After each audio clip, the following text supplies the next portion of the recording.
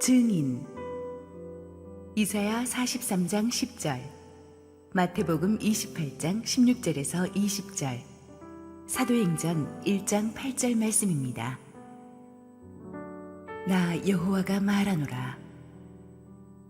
너희는 나의 증인, 나의 종으로 택함을 입었나니 이는 너희가 나를 알고 믿으며 내가 그인 줄 깨닫게 하려 함이라.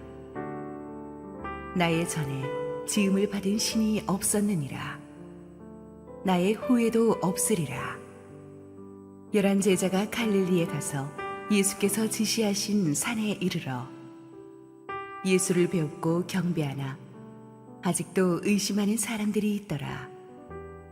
예수께서 나와 말씀하여 이르시되 하늘과 땅의 모든 권세를 내게 주셨으니 그러므로 너희는 가서 모든 민족을 제자로 삼아 아버지와 아들과 성령의 이름으로 세례를 베풀고 내가 너희에게 분부한 모든 것을 가르쳐 지키게 하라.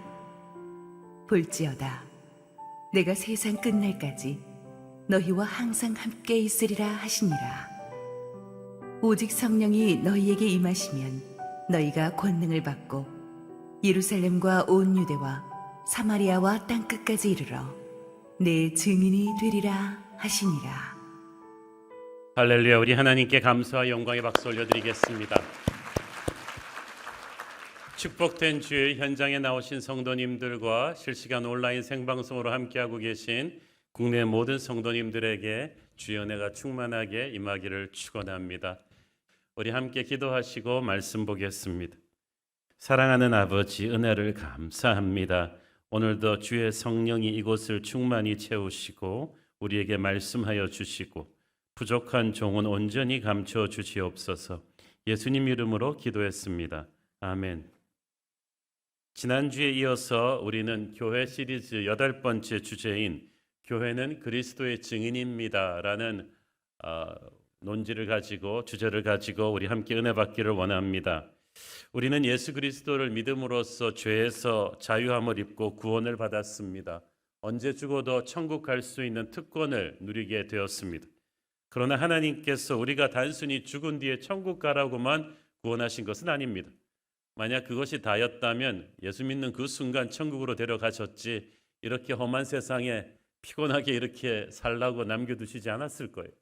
그러나 하나님께서 이 땅에 우리를 남겨두시고 한정된 시간 동안에 살게 하신 것은 우리를 통해서 이루고자 하는 아주 중요한 사명이 있기 때문입니다.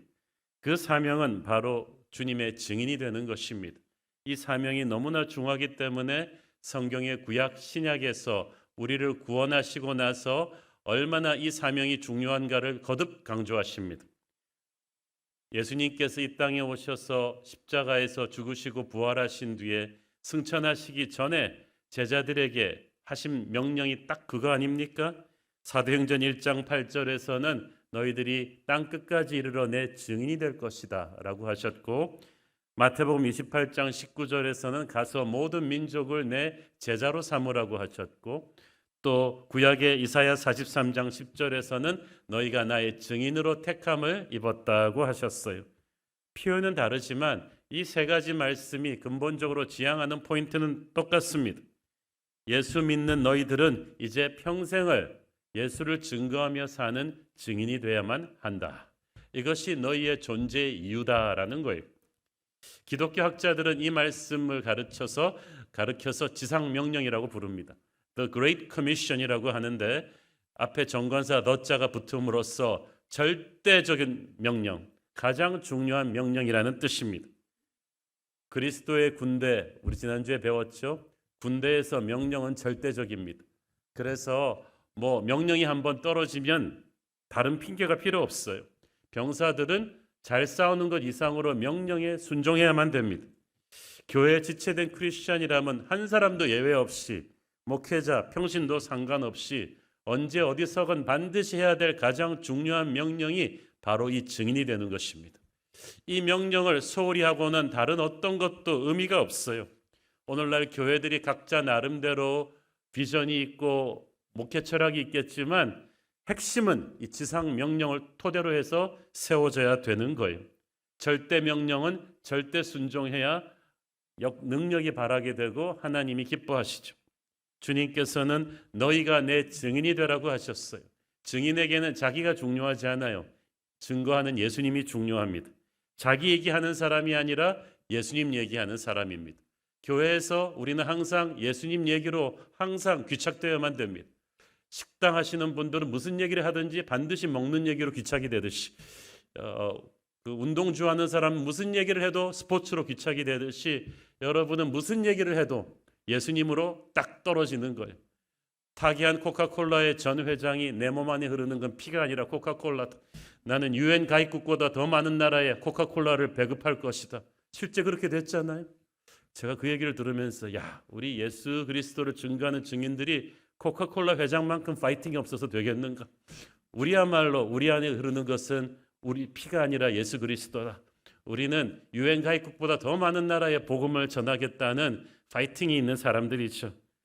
하나님을 모르는 세상 사람들은 오로지 우리의 증거를 통해서만 하나님을 알게 되고 믿게 되기 때문에 교회는 지상과 영혼을 연결시키는 유일한 천국의 문입니다.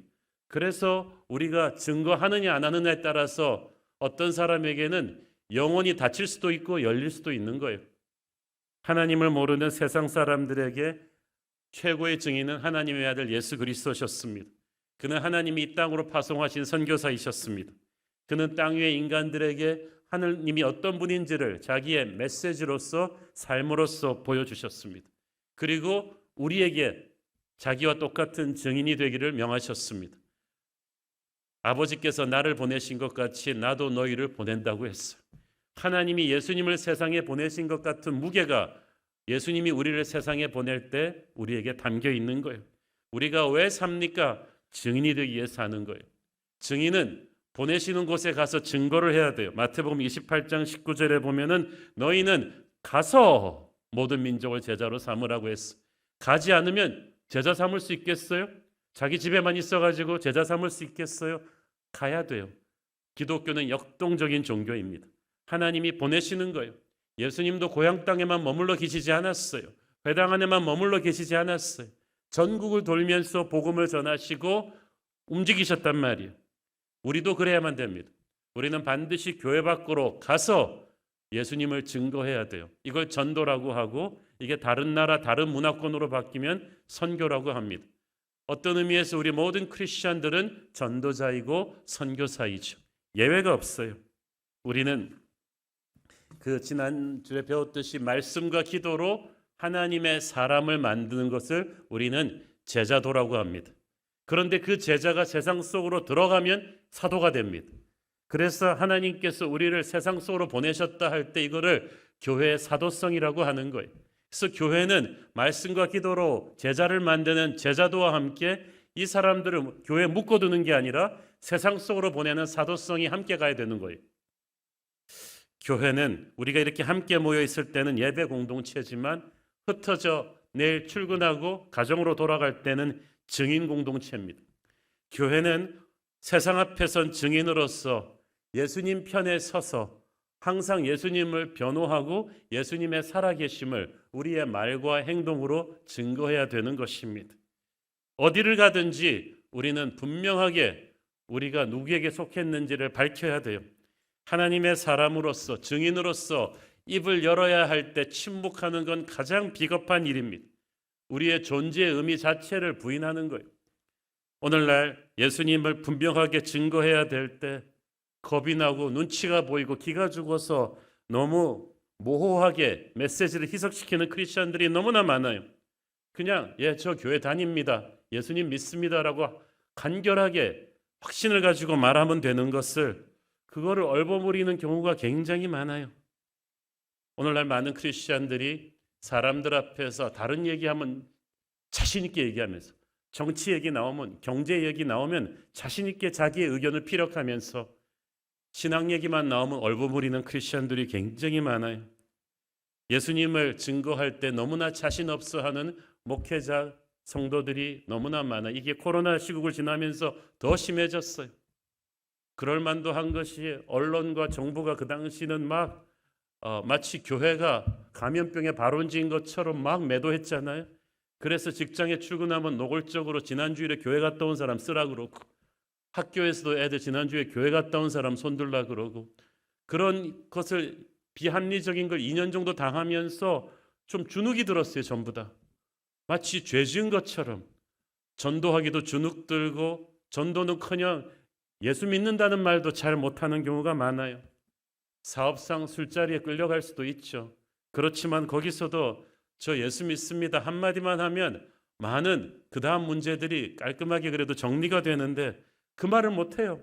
그냥 상사 눈치, 동료 눈치, 고객 눈치 때문에 그냥 어색한 웃음으로 어정쩡하게 넘어가고, 누가 교회 나거나 보자라고 물어보면 화들짝 놀래가지고 이상하게 어색하게 웃고 넘어가고. 여러분, 그게 한두 번이죠. 세상 사람들 눈이 두려워서 자기의 정체성을 그렇게 숨기고 007 크리스찬으로 살면 괜찮습니까? 점점 인생이 편해지던가요? 세상이 여러분 당신은 종교적인 편협성이 없군요, 쿨하군요, 이렇게 말해줍니까? 절만의 말씀. 대제사장의 뜰에서 베드로가 당한 걸 생각해 보세요. 베드로는 로마 군병들도 아니고 계집종들 앞에서도 계속 예수님을 부인했어요. 나중에는 저주하기까지 갑니다. 세상 권세 잡은 마귀는 비겁한 크리스천들을 밀어붙이는 데 선수입니다.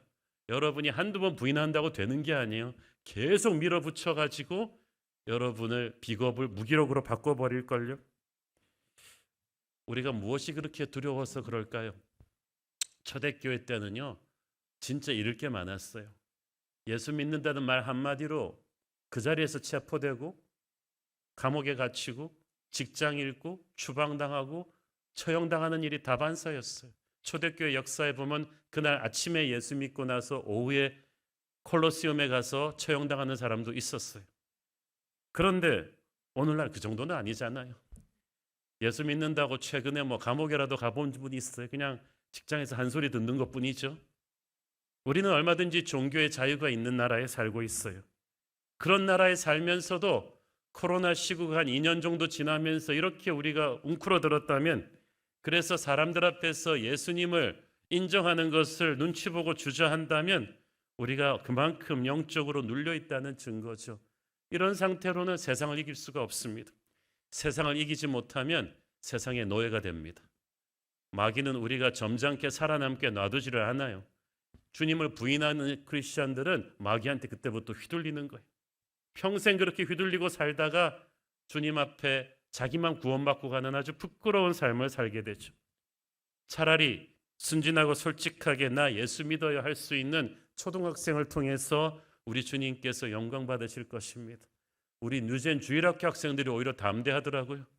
학교에 가서도 딱 자기 예수 믿는다고 얘기하고 선생님도 그냥 전도하고 담대해요. 교회 능력이 있는지 없는지는 그 교회 성도들이 삶의 현장에서 얼마나 예수님을 인정할 수 있는가에 달려있죠. 분명히 저 예수 믿습니다라고 여러분이 직장에서, 맘스 카페에서, 아파트 주민회에서 한마디 하지 못한다면 어찌 우리가 하나님께 쓰임을 받는 교회라고 할 수 있겠습니까? 여러분이 교회 안에서만 사자같이 용감하고 뜨겁게 찬양하고 세상 앞에서는 그냥 적당히 예수님 편에 서야 할 때 예수님을 시인하지 않는다면 어떻게 우리가 참 크리스찬이라고 하겠어요? 우리 주님께서는 한 번도 우리를 부끄러워한 적이 없는데 우리는 귀하신 주님을 툭 하면 부인하고 눈치 보고, 얼마나 그게 진짜 부끄러운 거죠. 증인은 어떤 경우에도 말과 행동으로 우리 주님을 증거를 해야 돼요. 특히 중요한 것이 우리의 메시지를 뒷받침할 수 있는 삶입니다. 오래전 미국의 어떤 도시의 강연회에서 엘리트 무신론자가 여러 가지 유창한 논리를 가지고 기독교를 공격했습니다. 하나님은 존재하지 않는다. 성경에 나오는 기적들은 전부 비과학적이고 비이성적이다. 그래서 하나님 믿는 사람들은 they are disillusioned, 허황된 꿈에 사로잡힌 사람들이다 라면서 막 기독교를 공격했어요. 그러자 한 꼬마가 손을 들고 일어서서 말했습니다. 아저씨, 우리 아빠는 옛날에는 항상 술 마시고 들어오면 우리 엄마를 때리고 저를 때리고 집안 물건들을 깨뜨렸어요. 그래서 엄마와 저는 아빠만 집에 들어오면 끌어안고 벌벌 떨었습니다. 그런데 그 아빠가 예수님을 믿고 나더니 달라졌어요. 술을 끊었고 항상 웃고 다니시고 항상 집에 일찍 돌아와서 엄마 일도 도와주시고 나한테는 동화책도 읽어주십니다. 만약 아저씨 말대로 우리 아빠가 허황된 꿈을 꾸고 있는 거라면 그 꿈에서 절대 깨어나지 않게 해주세요. 변화된 삶 앞에서 그 누구도 반박할 수 없습니다.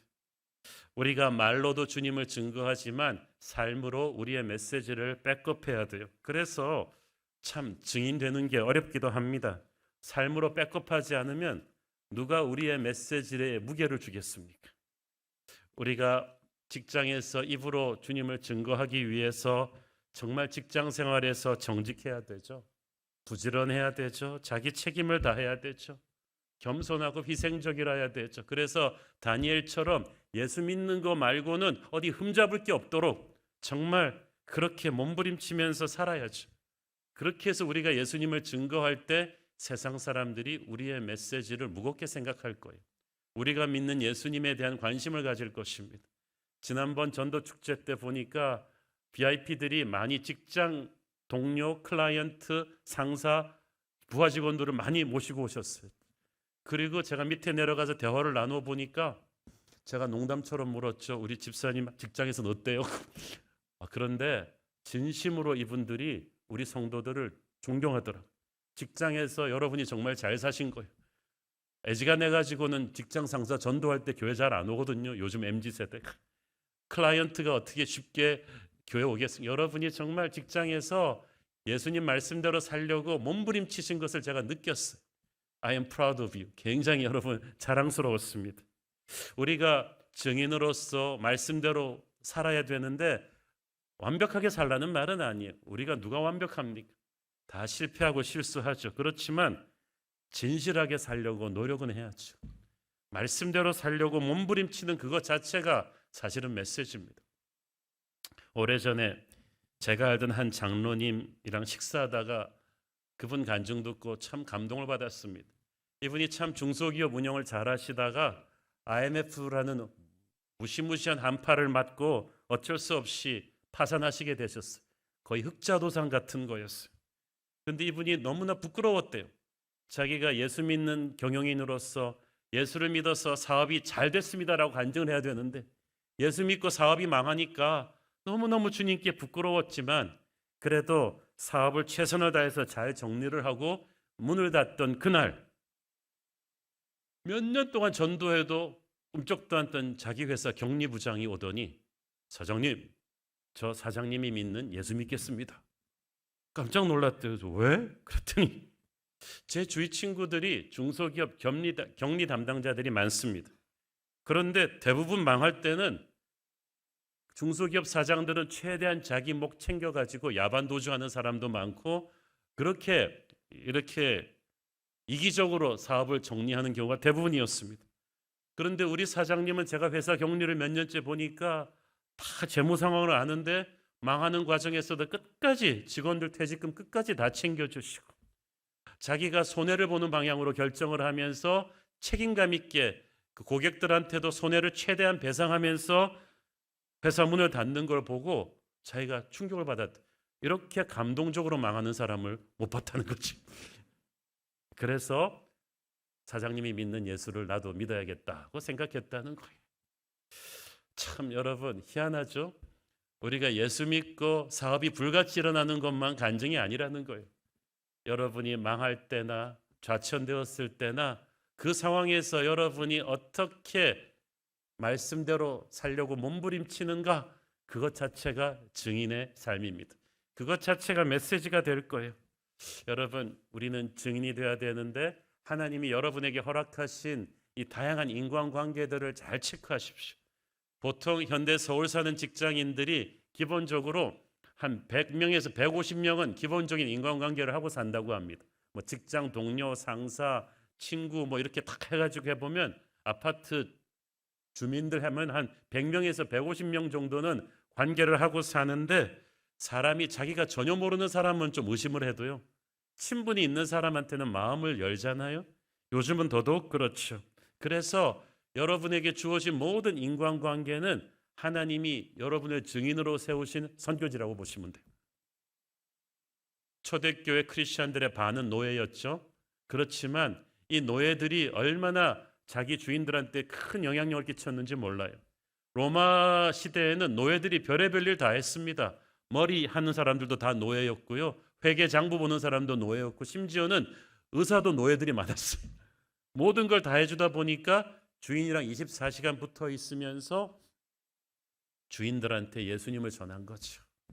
절대 약자가 절대 강자에게 예수님을 담대하게 증거함으로 말미암아 100년, 200년이 흐르고 나니까 로마의 중상류층이 다 크리스천이 된 거 아닙니까? 여러분 오늘 집에 가셔서 여러분에게 관련되어 있는 모든 사람의 리스트를 한번 쫙 써보세요. 여러분은 과연 그들에게 예수님을 증거했는지를 생각을 해보세요. 우리는 정말 다양한 방법으로 주님을 증거할 수 있어요. 어떤 분은 치과 의사셨는데 예수 믿고 나서 너무 뜨거워져가지고 이제 환자한테 전도하겠다고 마음먹고 전도를 한번 했는데 타이밍이 좀 안 좋았어요. 이 드릴을 왕 들면서 선생님은 죽음 뒤에 준비가 되셨습니까? 그러면서 막 전도를 하니까, 그래서 집사님 앞으로는 타이밍을 잘 맞춰 치료가 끝난 뒤에 주님을 증거하셔야지. 근데 이분 어떻게든 주님을 증거하고 싶었던 거죠. 특히 우리가 이제 예술 문화를 통해서도 예수님을 증거할 수 있어요. 그 중세기의 현대 서양 미술과 음악의 핵심은 교회였습니다. 그 당시는 글을 읽고 쓸 수 있는 사람이 서양에도 인구의 80%가 안 됐기 때문에 다빈치나 미켈란젤로는 미술 작품을 통해서 성경의 메시지를 증거했어요. 핸델이나 바하나 베토벤 같은 클래식 뮤지션들은 음악을 통해서 주님을 증거했죠. 오늘날도 음악과 예술과 이런 미술 이런 것의 힘은 굉장히 큽니다. 지난번 교회에서 광고해 드렸던 스크루테이프 편지라든지 이번에 광고하는 뮤지컬 루트 같은 작품들이 계속 나와서 이렇게 대학로 같은 데서 공연되는 건 굉장히 고무적인 일이라고 저는 생각합니다. 미국의 노스캐롤라이나에 한 500명 정도 되는 미국 교회는 더 워룸 같은 영화를 계속해서 만들어요. 영화를 굉장히 싸게 만들 수 있는 건 목사님이 다 제작하고 뭐 배우로 나오고 막 전부 다 엑스트라로 출연하고 그러는데 영화들이 괜찮아요. 그 교회 사명이죠. 또 여러분 전국 고속도로 운전하고 다니시다 보면 이 Jesus Loves You라는 그 광고판 보시죠. 이게 뭐 종교 편향적이라 그래서 몇 년 동안에 막 내려지고도 하고 그랬는데, 저는 그 기업이 그렇게 큰 기업이 아닌데도 민족 복음화를 위해서 뭔가 하고 싶었다는 고민 끝에 나온 거예요.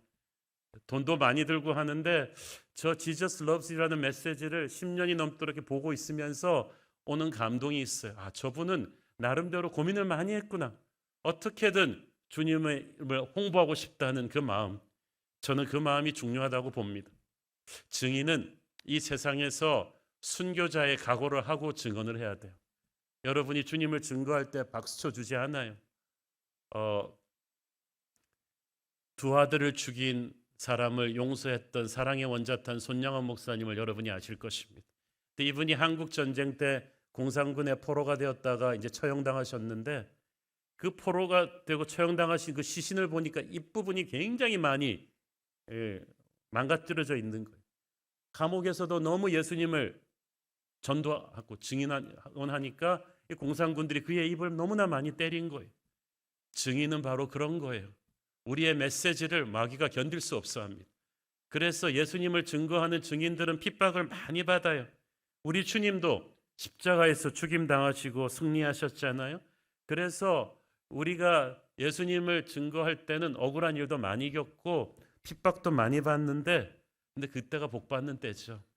교회가 진짜 복받는 때는 우리 주님 가신 그 십자가의 핍박을 같이 받을 때요. 지난 구정기간 동안에 저는 청년부에서 순장과 뉴젠 주일학교 교사를 겸직하는 청년들을 조금 힐링시키고 격려하기 위해서 그들 40명과 함께 일본 나가사키를 다녀왔습니다. 나가사키는 일본 기독교 순교의 땅입니다. 지금 일본 기독교는 인구의 1%도 안 되지만 수백 년 전에 나가사키에 처음 복음이 들어왔을 때 한때 30만 명의 크리스천이 있을 정도였어요. 그렇지만 도요토미 히데요시부터 시작된 무서운 핍박으로 수많은 순교자의 피가 흘려진 땅입니다. 그 순교 사건의 정점인 1597년 겨울이었습니다. 일본 오사카와 교토 등지에서 체포된 26명의 일본 성도들, 일본인은 20명, 외국인 신부 6명 등이 전부 다 한 1000km 가까운 거리를 걸려서 이 나가사키의 작은 언덕으로 압송되었습니다. 그들의 고통을 극대화시키기 위해서 핍박자들은 전부 귀를 잘라서, 한쪽 귀를 잘라서 몸의 균형 감각을 잃게 한 뒤에 걸려서 그 겨울길을 데려온 거예요. 체형장으로 끌려오면서 끝없이 유혹합니다. 지금이라도 배교하면 살려줄 것이다. 이들 중에 3명은 12살, 14살 이런 10대들이었어. 그런데 한 명도 믿음을 배신하지 않았습니다. 마침내 그 처형장 언덕에 도착하자 이미 26개의 십자가가 세워져 있었습니다. 그 무시무시한 장면을 보면 누군가는 믿음을 부인하리라고 핍박자들은 생각했는데 26명 중에 가장 나이 어린 12살 소년 이바라키가 고개를 들어 이렇게 말했습니다. 이 중에 나의 십자가는 어디 있습니까? Which one is my cross? 그 말 한마디로 모두가 용기를 얻었습니다. 그리고 그가 어머니에게 보낸 편지는 어머니 절대 배교하지 마세요. 나와 어머니는 천국에서 만날 것입니다. 우리는 히데요시님을 원망하지 않습니다. 그분과 모든 일본인이 크리스찬이 되기를 바랍니다. 28명이 그렇게 그날 십자가에서 처형당했어요. 그 나가사키는 이런 순교자들의 피가 많이 흘려져 가지고요. 제가 일본의 유명한 도시들은 대부분 가봤는데 가는 곳마다 신사들도 많고 그래서 막 영적으로 너무 눌렸는데 나가사키는 아니더라고요. 이 순교자들의 피가 스며 있는 땅이었어요.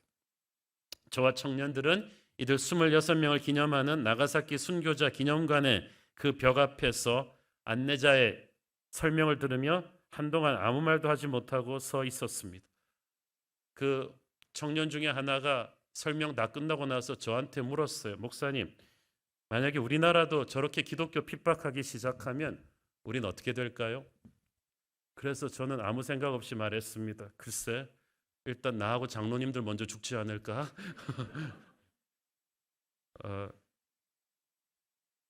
저희들은 사실 아까 말씀드렸듯이 청년들 힐링 여행하러 갔거든요. 너무 고생이 많아가지고.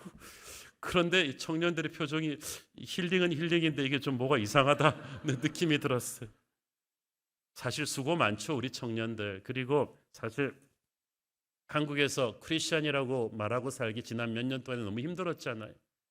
코로나 때 정말 마치 교회 가는 사람들이 감염병 퍼뜨리는 사람처럼 매도되는 시절 교회가 너무 주눅이 들어서 그 당시 교회 나오는 것만으로도 우리는 참 우리가 대단하다고 생각했어요. 특히 교회에서 하루 종일 섬기는 청년들은 정말 고생이 많으니까 우리는 주님의 고난에 동참하는 사람이라고 생각했는데 이 우리 믿음의 선진들이 주님을 중거하기 위해 뿌린 순교의 피를 보면서 우리가 좀 할 말이 없었어요. 한국 교회도 일제 강점기 때 한국 전쟁 때 믿음을 지키다가 순교당한 순교자들의 피가 많이 흘려졌죠. 그 순교자들의 피를 먹고 한국 교회는 자라났습니다.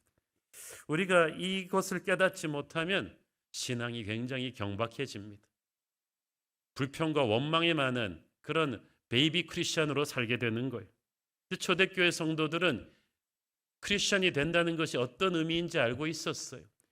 예수님 믿고 세례받는 그날 처형당할 수도 있다는 걸 알았어요. 초대교회 그 버가모 교회 담임 목사인 안디바가 순교했고 서머나 교회 폴리갑 장로가 순교했고 그 당시 초대교회 대부분의 목회자 장로들은 편하게 병상에서 죽지 않았습니다. 대부분 복음을 증거하다가 순교했어요. 저는 생각을 해봅니다. 그런 식으로 초대교회에서는 장로 된다는 것은 순교자 1순위로 올라간다는 걸 알았어요. 만약 그걸 안다면 요즘 이렇게 한국교회에서 장로 많이 되려고 하겠습니까? 우리 믿음의 선진들은 이 무서운 핍박 속에서도 믿음을 저버리지 않았어요. 믿음이 더 강해졌죠. 그러니까 세상이 그를 감당하지 못했습니다. 여러분, 예수님 때문에 한 번이라도 욕먹어 본 적 있나요? 한 소리 들어본 적 있나요? 억울하게 매맞아 본 적 있습니까? 예수님 때문에 핍박을 한 번이라도 당해보면 희한하게 마음속에 은혜가 있어요. 예수님의 심정이 뭔지를 알게 되고 성령 체험을 하게 되죠. 증인이 된다는 것은 목숨을 건다는 거예요. 원래 최악을 각오하면 그 밑에 고난들은 별로 힘이 들지가 않거든요. 예수님 위해서 죽을 각오가 돼 있다면 세상에서 한 소리 듣고 왕따 당하고 뭐 그러는 게 뭐 이렇게 두렵겠습니까? 우리가 지금 믿음이 너무 연약해졌어요. 너무 위축됐어요. 우리는 다시 한번 우리 믿음의 선진들이 가졌던 그 순교자적인 영성, 예수님을 증언하기 위해서 담대할 수 있는 그 영성을 회복해야 될 줄로 믿습니다. 이 세상의 칼 앞에서 주님을 담대하게 증언할 수 있는 용기는 인간의 의지가 아니라 하늘에서 부어주는 성령의 능력이야. 사도행전 1장 8절을 보세요. 증인을 어떻게 만듭니까? 오직 성령이 너에게 임하시며 너희가 권능을 받고 내 증인이 될 것이다. 성령 받기 전에는요, 수제자 베드로도 비겁했어요. 군병들도 아니고 제사장의 계집종들 앞에서 그냥 예수님을 형편없이 부인하던 우리의 인간적인 의지와 담대함으로는요 다 도망가요. 그러나 성령 받고 나니까 베드로가 담대하잖아요. 주님께서 너희는 내 증인이 되라고 않으시고 증인이 되리라고 하셨어. 너의 노력과 의지로 되는 게 아니라 내가 너를 그렇게 만들 것이다. 마태복음 28장 17절을 보니까 주님의 지상명령 듣는 자들 중에 아직도 의심하는 사람들이 있었다고 했어. 그때까지도 그냥 믿음이 이리 흔들리고 저리 흔들리는 사람이 있었지만 예수님께서는 개의치 않으셨어요. 성령만 받으면 달라질 것이다. 증인은 내 의지로 하는 거 아니거든요. 성령 받고 나면 내 안에서 예수님이 폭발합니다. 그냥 꾹 누르면 자판기처럼 예수님의 메시지가 튀어나오는 게 증인이에요. 그래서 어떤 고난도 감수할 수가 있는 거예요. 저희가 인도네시아 가서 우리 통역을 도와준 홍수희 선교사님이라는 여자 싱글 선교사님을 만났는데요. 깜짝 놀랐어요. 어디서 사역하냐 하면은 우리는 자카르타도 선교지라고 생각하고 갔는데 자카르타는 이분에게 대도시인 거예요. 거기서 스마트라 섬에서 배로 12시간을 타고 들어가야 되는 그런 섬에서 선교하세요. 전기도 물도 안 들어오는 경우가 다반사예요.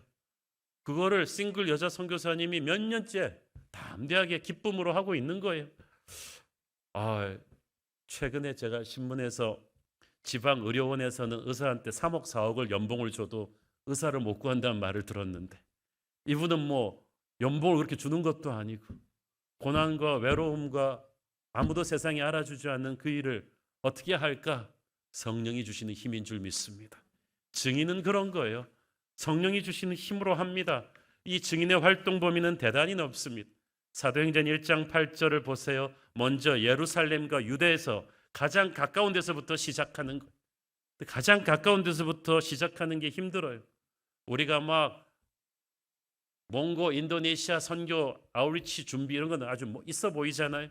그런데 사실은 그걸 하기 위해서 여러분 지역 맘스 카페부터 시작해야 돼요. 아파트 주민회부터 지역 테니스 동호회부터 직장에서부터 시작해야죠. 가까운 데 있는 사람이 제일 민망해서 못하겠죠. 그렇지만 여러분 상식적으로 한국에서 한국 사람한테 한국말로 전도 안 하던 사람이 갑자기 몽고 가서 말도 안 통하는데 어떻게 전도를 합니까? 선교 아우리치는 그 피크닉 아니에요. 여기서 잘하는 사람이 거기 가서도 하는 거예요. 둘째로 사마리아를 통해서 해야 된다. 사마리아는 유대인들이 가장 경멸하던 땅, 굉장히 부담스러워하던 땅이 여러분 주위에도 가까운 데 있지만 사마리아 같은 사람들이 있어요. 저 사람이랑은 좀 증거하기 싫은 사람이 좀 있죠. 그런데 사마리아를 통해서 땅끝까지 가요. 땅끝은 내가 갈 수 있는 내 인생 끝까지 리치할 수 있는 모든 사람들이 그 당시는 지구가 네모나다고 믿었으니까 로마 제국의 끝이 스페인쯤이 땅끝이었죠. 그래서 스페인까지 간 거예요. 사도 바울은. 지금은 5대양 6대주를 갈 수 있고 사람이 못 가는 곳에도 TV, 라디오 웨이브가 들어가고 와이파이가 터지는 곳에는 어디든지 갈 수 있는 시대가 되었어. 우리가 땅끝까지 복음을 전해야 주님이 다시 오시고 역사가 끝이 납니다. 마태복음 24장 14절 이 천국 복음이 모든 민족에게 증언되기 위하여 온 세상에 전파되리니 그제야 끝이 오리라. 지진이 아무리 도처에서 일어나고 기후변화가 아무리 일어나고 핵무기 위협이 아무리 있어도 세계의 종말은 오지 않습니다. 우리가 마지막 부족까지 복음을 전해야 끝이 나는 거예요.